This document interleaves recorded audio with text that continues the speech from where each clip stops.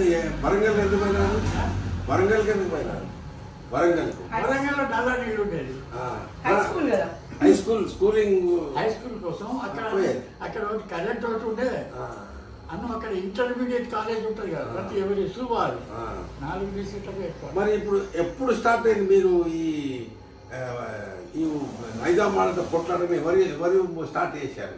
అక్కడ మేము 1947 కంటే ముందు మేము వరంగల్లో చదువుకునేటప్పుడే ఇంటర్మీడియట్కి వచ్చే వరకు అప్పుడే ఈ నైజాం ఏదైతే ఉండను వీడిని ఇండియన్ యూనియన్ చేరాలి అన్నటువంటి ఒక స్లోగన్ మొదలైంది.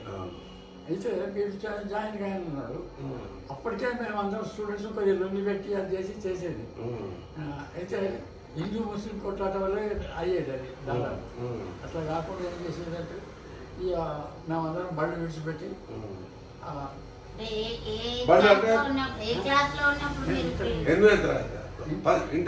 ఇంటర్ ఫస్ట్ ఇయర్లోకి వచ్చాక దట్ ఈస్ 1946.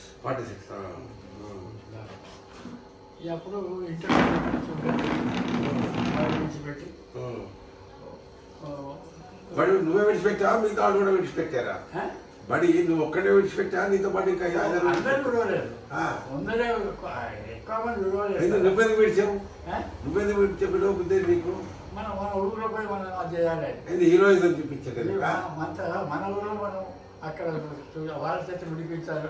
అక్కడి పిల్లలతో కూడా విడిపించాలి. ఎక్కడ పిల్లలు మంచిది మంచిలో మిడిల్ స్కూల్ పిల్లలు వాళ్ళందరినీ గట్టు